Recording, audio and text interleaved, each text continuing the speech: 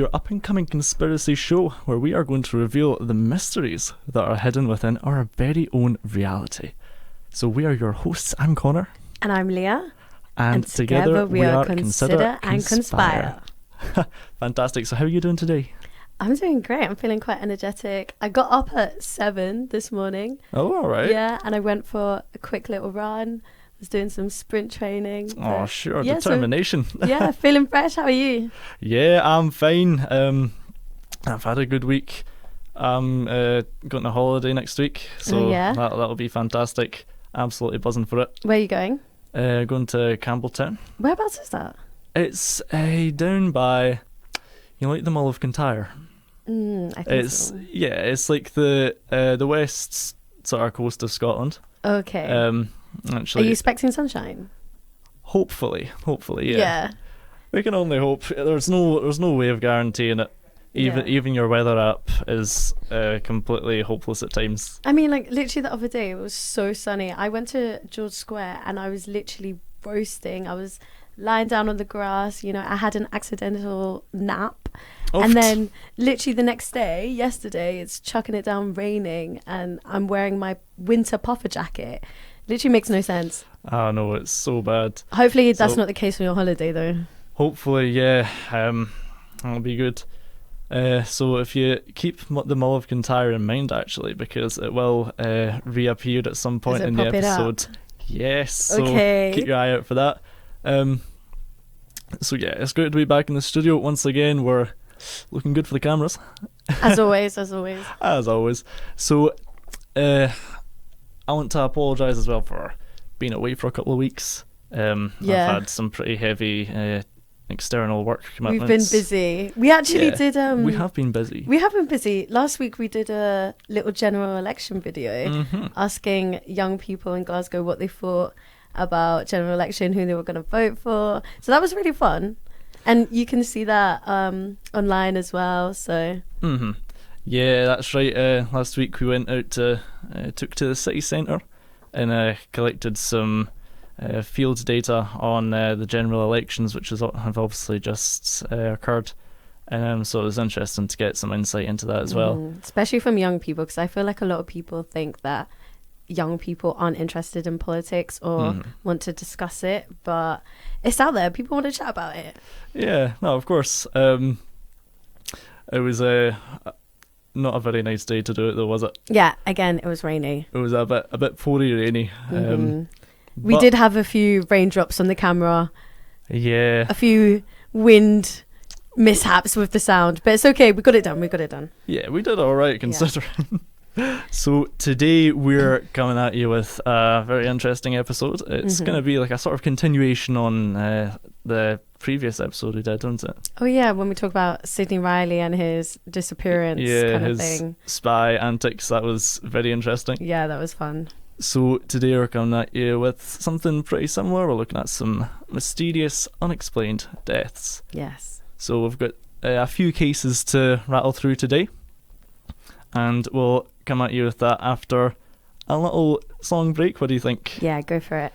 We're going to take a bit of a darker turn now as we look into some of these mysteries. So you ready? Yeah, I'm ready for it. So I've been looking at a very interesting case this week. Okay. It's the case of Trevelyan Evans. Trevelyan Evans, okay. Yeah. Interesting name. I feel like that's a very, if you're going to die, Oh my gosh, yeah. It's a good name to remember. Yeah, it kind of rolls off the tongue, doesn't it? Yeah. But Trevelyan Evans was this really nice wee lady. She owned an antique shop in Wales. Okay. In 1990. This was called Attic Antiques. Oh, nice. And she was well loved in her community. She was, everyone respected her. Everyone kept coming in and buying antiques off her, and she was just this lovely wee lady. Bless. From a wee town in Wales. In Wales, yeah. I feel like Wales is not a place that you would think of when it comes to mysterious deaths, but yeah, Wales is kind of wholesome. If I think about it. Yeah. I don't know much about Wales. I could be entirely wrong. I feel like it's very community. Yeah. Yeah. Yeah, that's what because, I'm saying this, it could be like pure chaos down there for all I know. I bet you Traylene Evelyn, what is it, Traylene? Trevelyan Evans. Trevelyan Evans. I bet you she was like that old lady that was like a granny to everyone. You know what I mean? Yeah, definitely sounds like it from the research. But yeah, like I'm saying, she was well known in the community. But one day, it all kind of changed. Ooh. It went a bit south. Dun, dun, dun. So it was just a completely average day. She was running her antique shop. She'd served a few customers. This was like late morning, coming up to afternoon. Yeah. And she decided to nip out for 2 minutes, right? So she left a note on her door, the door of the shop. Yeah. Just says back in 2 minutes. Okay, right, so because that's what you do when you're a small business. She's probably off to get like milk or something, for a cup of tea. Yeah. Yeah, so it was completely normal. She's done this before. You've probably seen it happen in, just wee souvenir shops. Yeah. Round about, it's not uncommon. And, what you're saying was right, because she was actually spotted by a witness. A few minutes later, she was buying an apple and a banana at a local shop. Nutrition. Yeah. You need it at that old age. So, yeah, she must have been starving for it if she had to nip out in the middle of her shop, Yeah. But the mysterious thing is, she bought this apple banana. After that, she was not seen for the next 2 hours. Oh. At all. So that 2 minutes that she'd left on her door, that turned into an entire 2 hours. You said 2 minutes. Where are you? Where are you, lady? Yeah, I can only imagine the people standing outside waiting to buy stuff from her. Yeah. Like, checking their watch. Unbelievable. Literally, like, raging. Nah, it's not taking you 2 hours to eat an apple and banana. Like, where are you? Yeah, so there were people who were at her shop as well while she was gone, and they had purchased things from the stands outside and just slipped some money through the that's nice. through the door. Yeah, so see what I mean? Wales community. Exactly. It seems very nice. You wouldn't get that here. Here, if if there's an unoccupied shop. Yeah. Gotta be a wee bit careful. I'm just kidding. But yeah, it's just to show you how normal it was, how people were just, buying stuff while she was gone. Like I say, she did not return.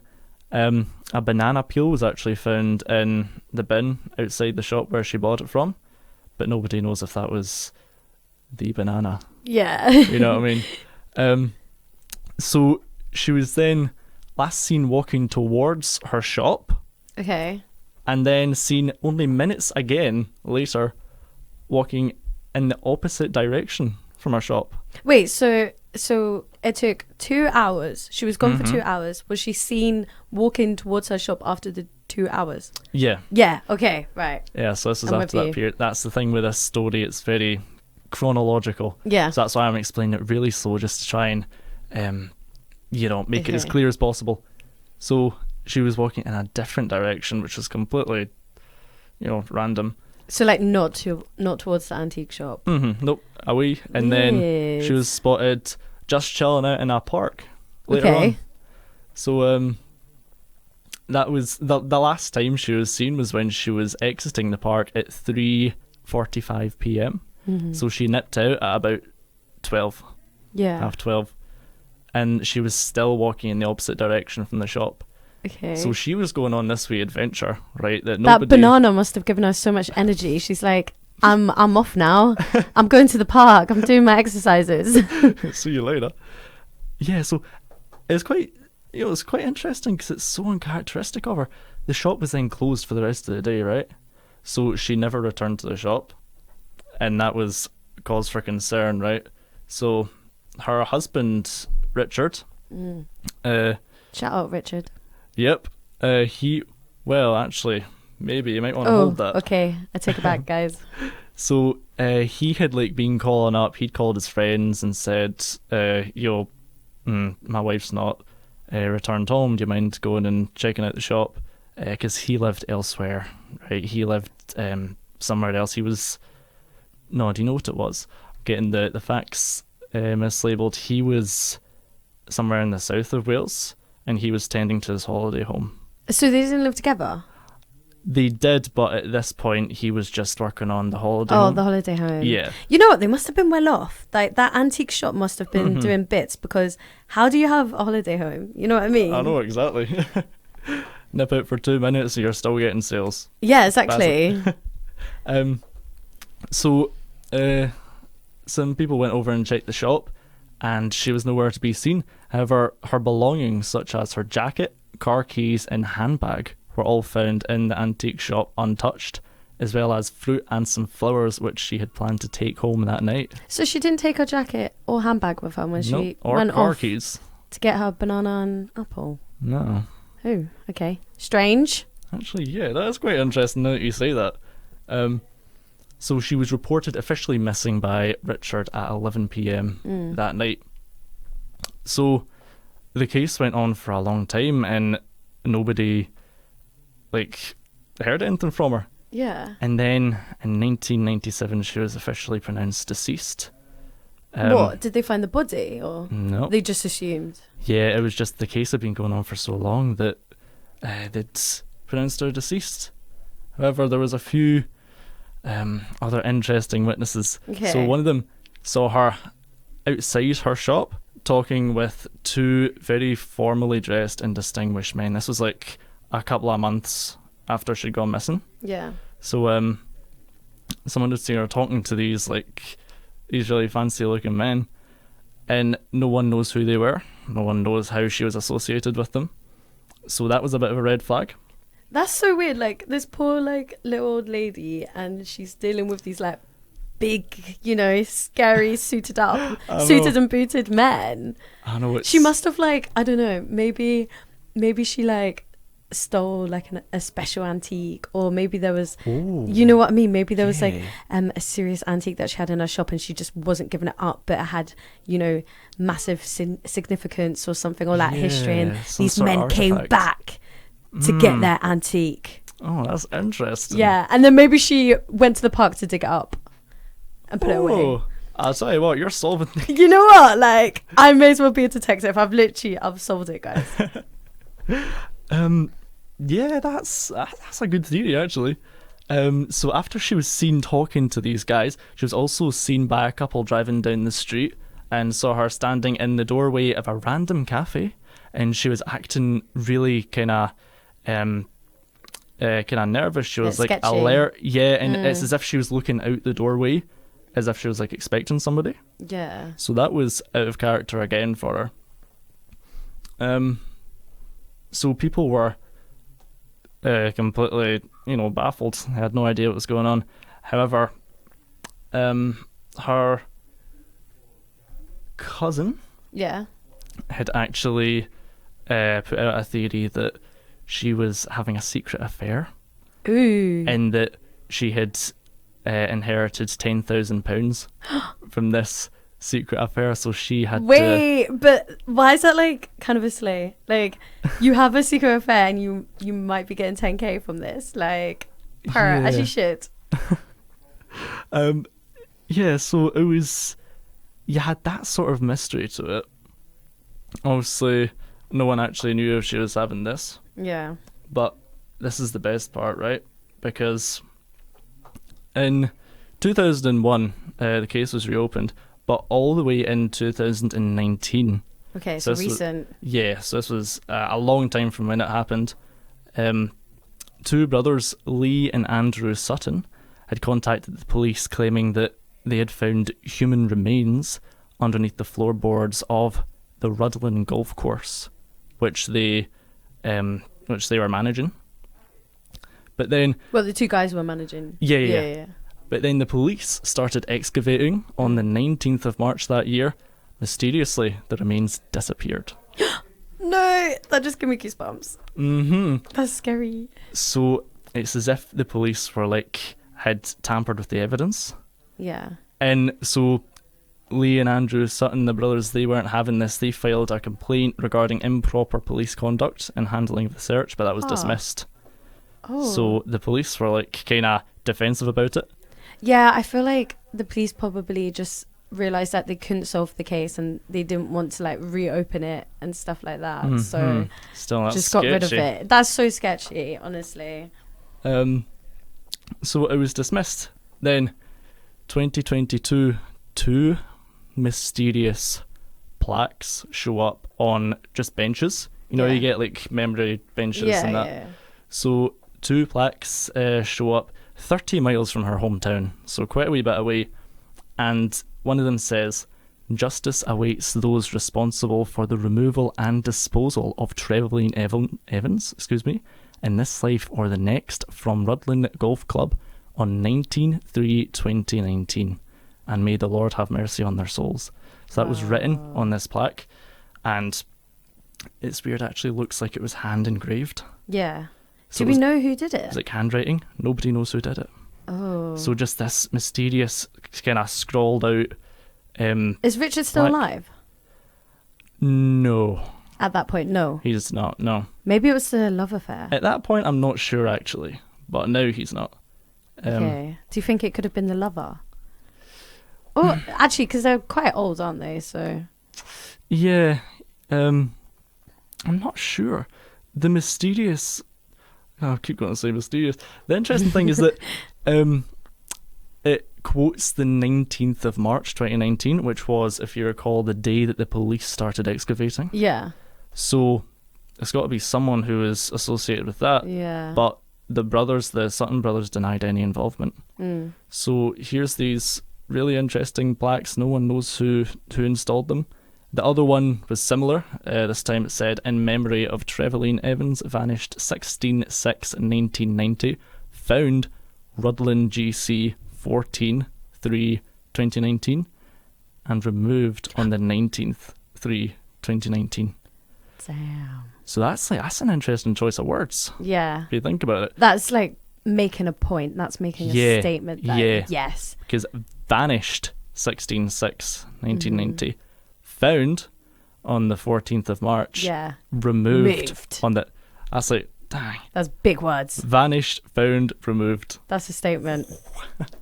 So, unfortunately, I hate to end it on a cliffhanger, but that's where it ends. Wow.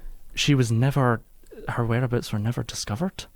None of her relatives ever got any closure. Yeah. And it was just a completely cold case, still to this day. All for a banana and apple. Exactly. It just goes to show, doesn't it?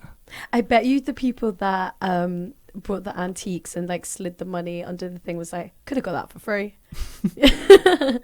Oh no. Yeah, probably. Yeah, that's a bit cheeky, but... Oh man. Well, rest in peace, Trevelyan Evans. Rest in peace, gal.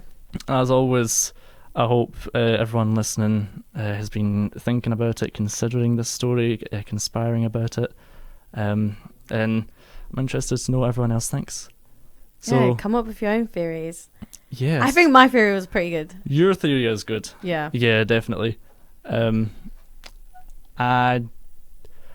don't really know what happened, to be honest. Why do I feel like... I don't... This might sound like a bit far-fetched. Right. But my brain is just like working at 100 miles per hour right now. But you know how there was the 2 men that were suited and booted? Imagine if that was the brothers of the golf course. Ooh. And they might have been found that they hid the body and then... Right. And then the police moved it. What. I don't know where I'm going with that, but imagine it's a bit, you know... I think you should be suspicious. a detective. No, literally, like, I've got ideas. Loki, you're suited for it. Yeah, so that's the case of Trevelyan Evans, a very interesting one. And I think Leah's on the ball with the theories today. Yeah. So what I'm going to do now is I'm going to give you a little bit of Lady Gaga, a little bit of Shallow, nice. A little bit less energetic than our opening feature, but then after that we're going to be talking about some more unexplained deaths. Yeah. Gaga for you? In the shallow, just like Trevelyan Evans. Oh, yeah. In the golf course. Mm-hmm. Deep down. So, yeah, we're talking about mystery deaths today. We talked a little bit about the old lady in Wales who owned an antique shop and, you know, was never found again after... Yeah, tragic stuff. Yeah, literally never found again. I know, crazy. I can't imagine that. No. That's terrifying. No, that's really sad for the family. But yeah, so a really interesting one we've got is the death of Brandon Lee. Oh, right, okay. Do you know who he is? No, I haven't. So he is the son of Bruce Lee. Oh, right. Yeah. Okay. So he was actually shot on a movie set. Shot. Yeah. Oh my gosh. Yeah. So he was basically making a career in the martial arts and in the movie industry. So he was following in the footsteps of his father. Mm-hmm. And in a scene that was being filmed, Michael Mass, who's also an actor, his character was meant to fire a .44 Magnum revolver at Brandon Lee, and like, you know, shoot. So Right. Okay. yeah. But for a previous scene, the prop had been fitted with an inert dummy cartridges. Right. To Yeah, give- you'd hope so. Yeah. To give realistic appearance on close-ups of the gun. So if there was any like close-up shots, they wanted Yeah, to of show course. like, oh, it's got weight to it, it's heavy. Mhm. It's And of course, it's a revolver. You'll see Yeah. the rounds anyway. yeah, it was meant to like just have that realistic kind of vibe. But the film prop crew, they purchased live rounds Right. for that, Ah, but they removed the powder. okay. And I think that's like the power that it gives the gun. I'm not entirely yeah, sure. well, that's where like that's where like it combusts. That's like the yeah, explosion. yeah. They removed the powder to create the dummy rounds, so like it wasn't real. However, they left primer in the cartridges, so that was like a key element that they had to take out, so that it's not real like bullets like coming Yeah, to out. deactivate it.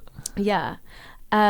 So for the next scene, the new scene that Michael Mass's character is meant to shoot Brandon Lee's character, there was blanks placed into the gun, but beforehand, one of the dummy rounds had been fired, and its bullet became stuck halfway through the barrel. Oh, right. Okay. Yeah, so I think they did take out the live rounds, and then put the dummy ones in, but a live round was Okay. stuck Ah. in it.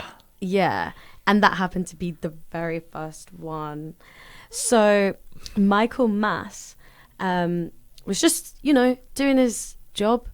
Like, wasn't planning on killing anyone that day or anything Yeah, like that. no. He was just aiming the gun at Brandon Lee, as he was told to do, and the bullet that was lodged was fired straight into Brandon Lee's abdomen. Oh my gosh. Yeah, scary stuff. Imagine Jeez, that, oh. like, you're just acting away, boom. I know. Must have been a really realistic shot for the film. That's what I'm thinking. He's an actor. He's just been like, Yeah. jeez. No, but imagine if you were Michael Mass and you did that, and you were just thinking, wow, he's a really good actor. This guy knows his stuff. Yeah. But yeah, so it went into his abdomen, and after 6 hours of surgery, he was then pronounced dead. Oh man. Yeah. It's kind of a shame when you think about it. Like, Yeah, because it's like the frustrating part is that it did have the dummy rounds in it. I know. So it's like they did do their job, but it's like you should have double checked that there wasn't one stuck, you know? Yeah, I mean, look down the barrel or something. Yeah, like, you would have thought there would have been like protocols or measurements to actually just ensure that Yeah, there was nothing left. Especially after they'd bought like live ammunition. Yeah. They should be really careful. Yeah.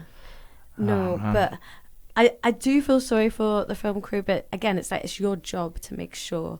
Of course and it is, yeah. I feel like it's not even Michael Mass's fault. You know what I mean? No, 'Cause he had no intention to do that. And I think there's actually a documentary out at the moment, and he basically explains how this like literally haunts him. Like this death is like That's a shame. it's followed him around. But yeah, luckily Michael Massey didn't face any criminal charges, and Right, yeah. which I feel like is fair enough. Like, Yeah, I think so. if I was like in the jury or the judge, I would say, right, you're not guilty of this. You didn't do anything wrong. Yeah. If anything, I would charge the film crew. Yeah, of course, because it's their responsibility to be making sure that all the props are safe for use. It's not the actors. Yeah, because like not only is somebody dead, you've also traumatized another person for life for doing their job. Yeah, it's too much. But Brandon Lee's mother was actually able to sue the filmmakers, and they got quite a fair bit of money for that. So that's nice, but yeah, still scary stuff. But yeah, so a few years later, a similar incident has occurred with Alec Baldwin. Do you know him? Oh yeah, of course. Yeah, so this one's actually fairly recent, this incident. But yeah, Alec Baldwin, he's been in films like The Departed, Madagascar, Cat in the Hat. I think he was in Boss Baby as well. All right. He does like a lot of like voiceovers as well, like Beetlejuice, and yeah. He's in a lot of films, and like as main aside, like he's just like I've not really like thought of him as an actor. Like he's not a big name that I would know. Like, you know what I mean? Like Tom Hanks and probably mostly in the voice acting type sides. But when you look at his face, you're like, oh my gosh, I've seen him in this and that, because he's been in so many. But yeah, it's like so unfortunately he was filming for the movie Rust. I'm not sure if that's out or if they actually released that film. But yeah, they were filming for Rust, and Alex Baldwin fired a live round from a Colt 45 caliber pistol at Hutchins during filming for the Rust. Oh my gosh! So it happened again. Yeah, I don't know. It's just crazy. But do you know if the Rust came out or? I don't know. Can't see actually. I'm trying to look it up. It's given us the plot. Okay. So it was set in 2021. I don't know if it's got a release date. I feel like it would be so weird if you did release the film knowing what after happens. After quite a traumatizing death. Yeah. But so the trial for charging Alex Baldwin actually begins today. So that's 3 years after Hutchinson's death, which was in October 2021. Right. Yeah. Okay. So, yeah, it's literally happening today. Like, dang, we're like right in the middle of it. Yeah. This is very current. Yeah, people are deciding whether he's guilty or not. Yeah, I'm not finding our release date, by the way. It's just yeah, I don't think they trials. would. It would be kind of crazy of them to do that. But yeah, so he is being charged with involuntary manslaughter, which again, I feel like if Michael Mass got set free, and you know, I don't even think he got a trial day or anything. I'm not sure, but that's like I just feel like it's not fair that he's being charged. Yeah. Like, I know it's involuntary and he won't get a lot of time, but he didn't have that intention to do that. So yeah, no, of course. I don't even think he should be going through the process. I know, involuntary manslaughter. That's got to be quite difficult. I know. Imagine having that on your shoulders. Like, you've already you've killed someone, but like, and now you're gonna have to deal with that as well. Like, I think the filmmakers should be giving him compensation as well, and he should be suing them. But I don't know. Well, it's ongoing, so we'll have to see what happens. I'm thinking as well, involuntary manslaughter must be quite a difficult sentence to give and to determine. Yeah. Because it's involuntary and it's manslaughter. So yeah, it's not really like things that go hand in hand, is it? Yeah, no. But that's a shame with him. I know. Getting charged. So the film chief's weapon handler, she was convicted of involuntary manslaughter. Yeah, that sounds like the person who needs to be charged. Yeah, not Alec Baldwin, poor guy. But yeah, so if he is found guilty, then he can get up to 18 months in prison. So it's not a life sentence, but still, I don't think it's fair. Nah, I don't think so. Like, at all. But luckily that's in America and it's not here, so we don't have to think about that. But yeah, those are the mystery deaths set on movie sets. Jeez, yeah, because there's been a few on movie sets, hasn't there? I think those are the only two I know. Right. I think there's a theory that happened in The Wizard of Oz as well. What was that? I think there was a theory that one of the Munchkins hanged himself on the set. Oh, yeah. Oh, yeah, I think I heard about that. And the theory goes that you can see it in the background of one of the shots in the original 1970. Oh my gosh. Wait, that's so scary.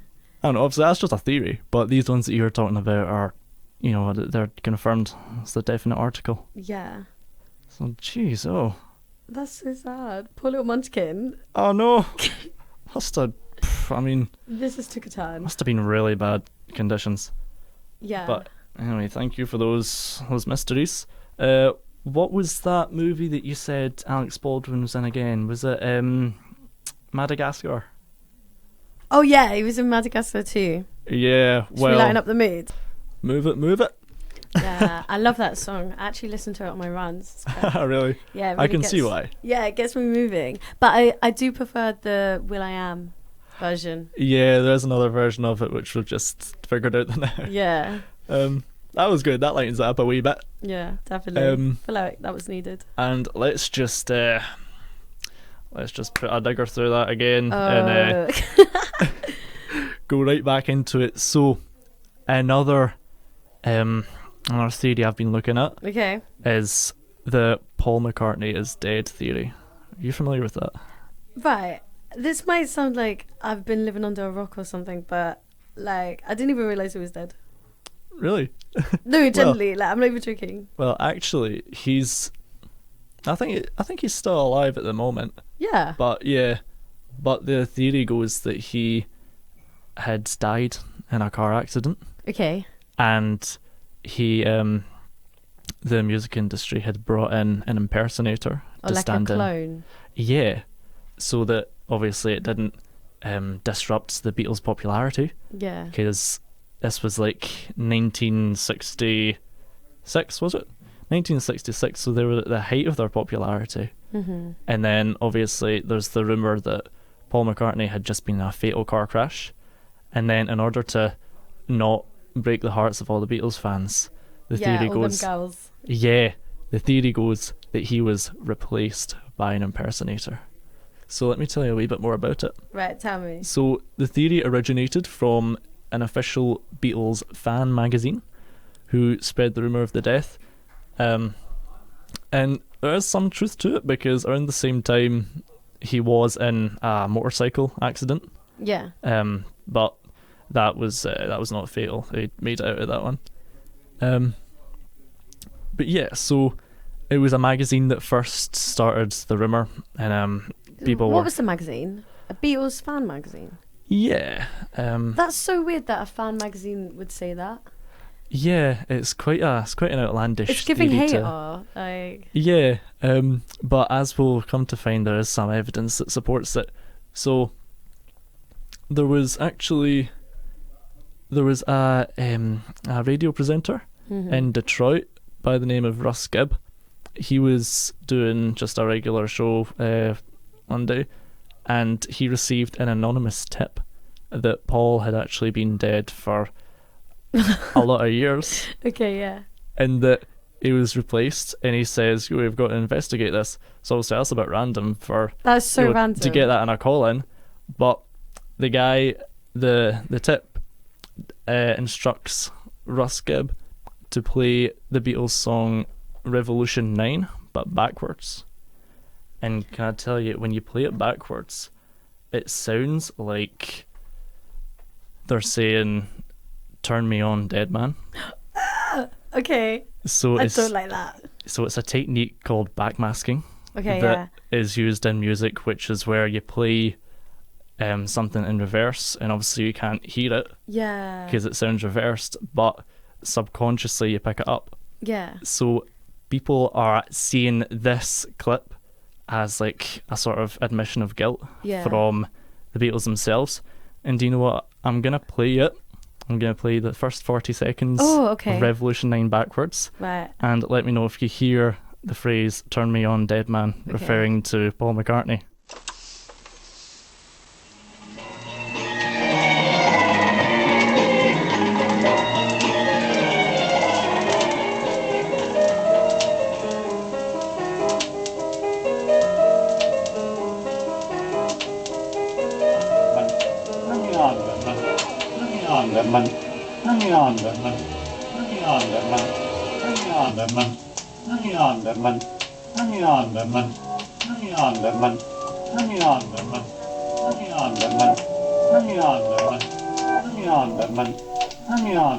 Yeah, so that's...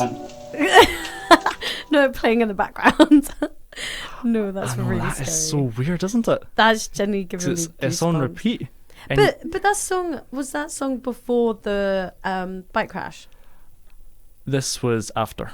Oh, after the bike. Yeah, because I was about to say, if Yeah. that was before, then If it was before, it kind of trumps that nothing. theory.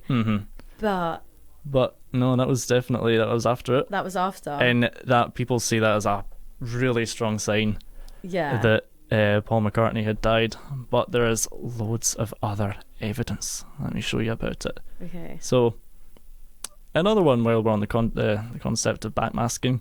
In their song "I'm So Tired," apparently there's a message says, "Paul is dead, man. Miss him, miss him." Is that backwards? Yeah, Yeah. backwards. But do you not think, like, so say if the Paul McCartney clone was there, wouldn't he catch on what the rest of the band members are doing with this Well, backtrack thing? that's what you've got to think about, because he could have been like a part of it. Yeah, maybe he was all for it. Yeah, because some people were saying maybe it was like, maybe they were putting these messages in on purpose. Yeah. To to make light of the To situation. bring awareness kind of thing. Yeah, Yeah. and to like misdirect people. Yeah. But you can never tell if it's intentional or unintentional. Yeah. And that's how we'll never know. So they're saying that the stand-in was a man called William Shears Campbell. Okay. He was hired to stand in, and he had won a Paul McCartney lookalike competition in Canada a few years prior. So quite an obvious candidate, actually. Yeah.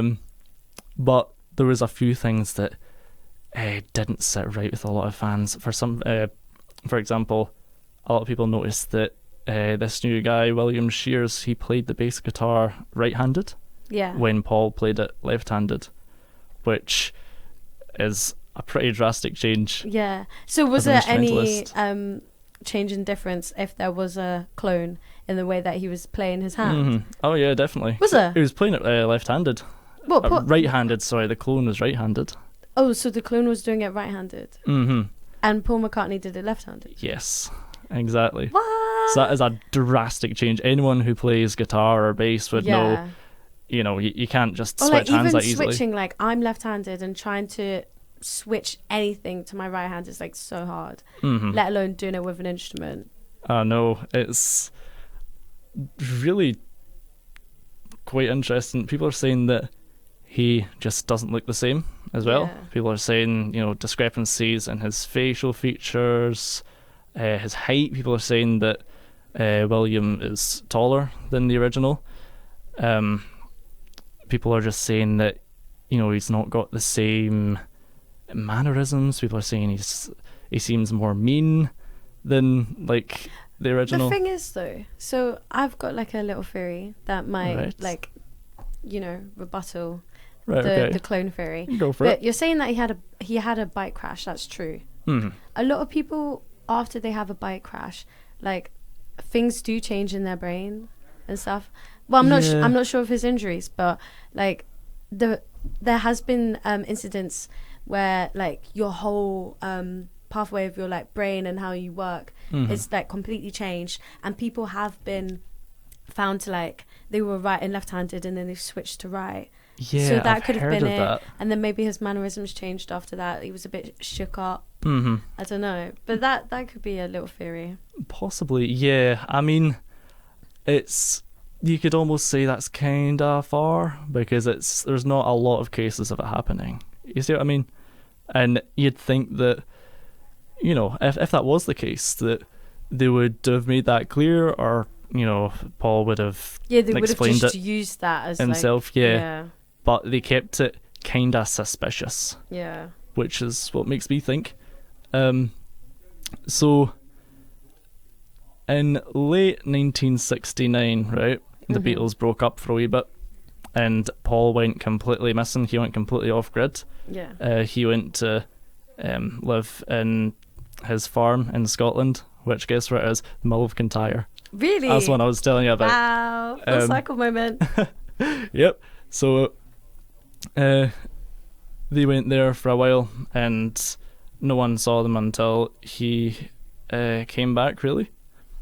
But the most compelling evidence, to be honest, is going to be in the album cover and some of their music. Yeah. So the Sgt. Pepper Lonely Hearts Club Band, which was the first album that they'd recorded with this new Paul, apparently had lots of cryptic clues in it. Yeah. I'm going to show you that very quickly, because I've got access to the cameras. I've done this before. So here's the album cover. Okay. There you go. You familiar with that? Have you seen it? I've not seen that, no. Alright, well, it's quite busy. As you can see, there's a lot going on in it. Yeah. So I'll just give you a couple of the things that people have been saying, and then you can make your mind up. So what people have been saying? So people are saying that, first of all, it's the first album recorded with the new Paul, so there's going to be a lot of changes in it. People saying that it's representing his death. It's like a mourning scene. Oh, right, okay. Right?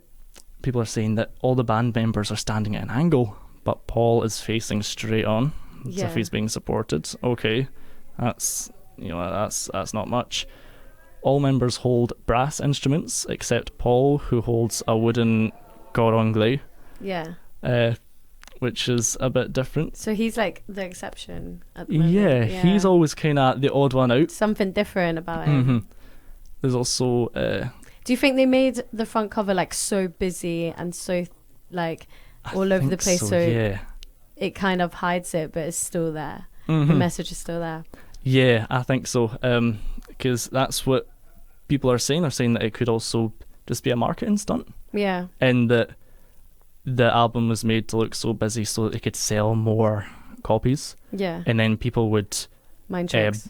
People would buy them and they'd study the artwork. Yeah. So that's... Kind of do like spot the difference kind of thing. Yeah. Yeah. So that's a really convincing theory for the side that say that he's still alive. Mm. So there's a few more things. For example, a bass guitar features in the artwork on our gravesite. It's facing left and it only has 3 strings on it. Okay. Which represents that the Beatles would only be 3 members without the 4th, Paul McCartney. Ooh. So just loads of like wee things like that. Yeah. See what I mean? I don't know. I feel like all of these are a bit of a stretch. Possibly. Like I feel like people are looking for the answers, so they're gonna find them, kind of thing. Mm-hmm. But I don't necessarily believe it. I don't know. I'm not convinced. Well, nah.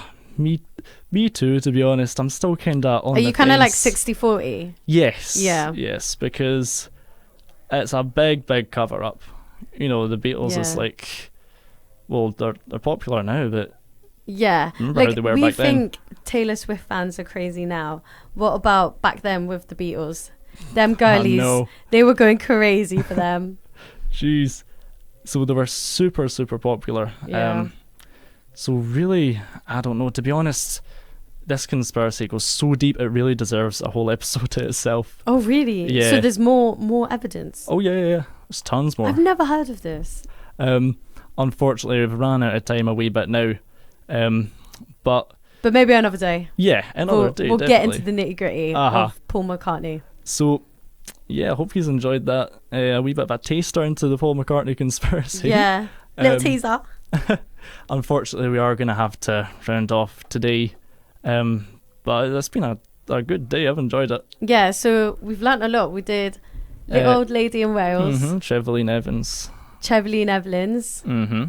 That's such a good name. Such a good name. Yeah. We've done Bruce Lee's son, Brandon Lee. Mm-hmm. Alec Baldwin, which is current. He's not died, but he shot somebody. And we have done Paul McCartney. Yeah. Yeah. So we've covered a lot today. It's been quite a jam-packed session. Yeah. But I hope you have enjoyed it. Yeah, I definitely have. It's been really interesting. It's been great. So thanks all for listening and for tuning in. Hope you've enjoyed it as much as we have. So as always, it's been Connor and Leah for Consider and Conspire. And we will catch you again at some other point. So, hopefully next week, maybe. Hopefully, yeah. Hopefully. So, thanks very much. It's been a pleasure. See you later. See you later.